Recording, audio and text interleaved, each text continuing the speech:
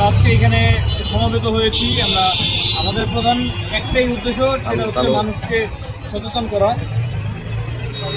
আমরা যারা bike ride করি, মোটরসাইকেল চালাই, তারা আমরা একটা জিনিস অনেক সময় ভুলে যাই যে এইটা হচ্ছে একটা যানবাহন।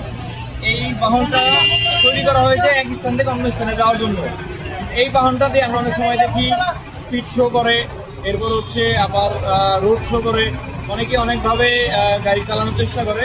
কিন্তু আমাদের ব্যক্তিগত মতামত এবং আমরা যেটা মনে করি যে আমাদের সাধারণভাবে যেই মানুষগুলো গাড়ি চালায় তারা কিন্তু দেখবেন যে খুব ভালোভাবেই বাইক চালায়, তারা কিন্তু কোনো সময় রাস্তাঘাটে অ্যাক্সিডেন্ট করে না। আমাদের অ্যাক্সিডেন্ট করে কিন্তু বেশিরভাগ একটা মেজরিটি হচ্ছে যুবক। হ্যাঁ, আমরা খেয়াল করলে দেখবো যে 14 থেকে 18-র মধ্যে যুবকরা কিন্তু বেশিরভাগ বেশি অ্যাক্সিডেন্ট করে। আর আমাদের অ্যাক্সিডেন্টের দোহার, বিশেষ করে দোহার মধ্যে অ্যাক্সিডেন্টের মূল কারণের 70 থেকে 80% মানুষ অ্যাক্সিডেন্ট করে ওভার স্পিডের কারণে।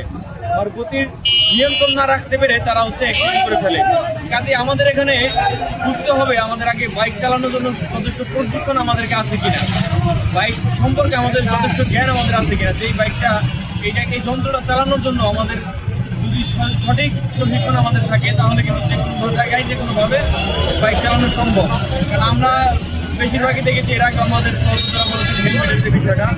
হেলমেটটা আমরা ইউজ করি কেন? হেলমেটটা সাধারণত মানুষ ইউজ করে যে মামলার হাত থেকে বাঁচার জন্য, ট্রাফিক পুলিশের হাত থেকে বাঁচার জন্য। বিষয়টা কিন্তু এরকম না। হেলমেটটা একেবারে ব্যক্তিগতই নিজের কারণে, নিজের সেফটির কারণে কিন্তু এই হেলমেটটা ইউজ করা হয়। আমরা সেই হেলমেটটাও গুরুত্ব দেই না। পুলিশ থাকলে হেলমেট ইউজ করি, আদারওয়াইজ সেটার কোনো গুরুত্ব দেই না। সব থেকে বেশি এবং মোস্ট ইম্পর্টেন্ট যেটা হচ্ছে সেটা আমাদের সাবধান হতে হবে আমাদের অভিভাবকদের।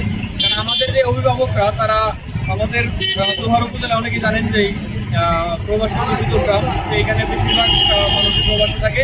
এখান থেকে রেমিটেন্সের মাধ্যমে যে টাকা আসে সেই টাকা দিয়ে আমাদের ছোটো ভাই, তারপর ছেলে সন্তান, তারপরে অনেকগুলো ভাই আমাদের কিনে দেয়, অনেকেই চাচা ভাইরা বাইক কিনে দেয়।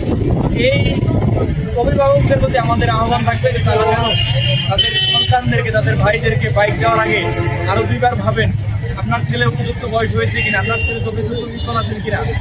আমরা সকলের কাছে আবেদন করি, একটি বাইক শুধুমাত্র একটি প্রাণ একজন নিহত হওয়া নয়, তার পরিবারের উপর একটা ধস নামতে পারে, তার সাথে আরও যদি দু একজন তার পিলিয়ন থাকে তার একটা ক্ষতি হতে পারে, রাস্তায় কোনো পথচারী থাকলে তার ক্ষতি হতে পারে।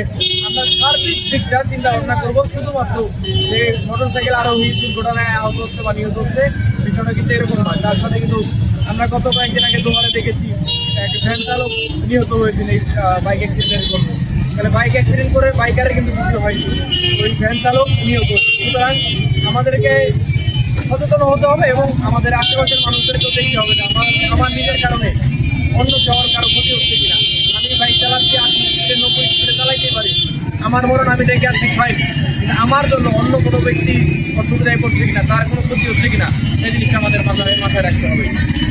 এবং সবথেকে যে কথা আমি বলতে চাই যে আমরা একটি শিক্ষিত জাতি, এখন এই জেনারেশনে মানুষ কিন্তু অশিক্ষিত থাকার কথা না। যাতে এই শিক্ষিত জাতির কাছ থেকে আমরা কিন্তু বদ্ধতা আশা করি, ন্যূনতম আপনার যেই সেফটির যে বিষয়টা সেটা আমরা আশা করতে পারি।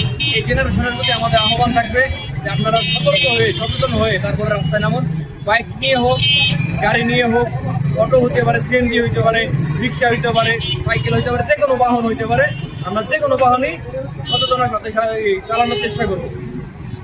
আমাদের যে মূল উদ্দেশ্য ছিল মানুষকে সচেতন করা, জনগণকে সচেতন করা। আমরা ইনশাল্লাহ চেষ্টা করছি যেভাবে পারি আমরা সকলের কাছে সচেতনমূলক বার্তাগুলো পৌঁছে দেবো।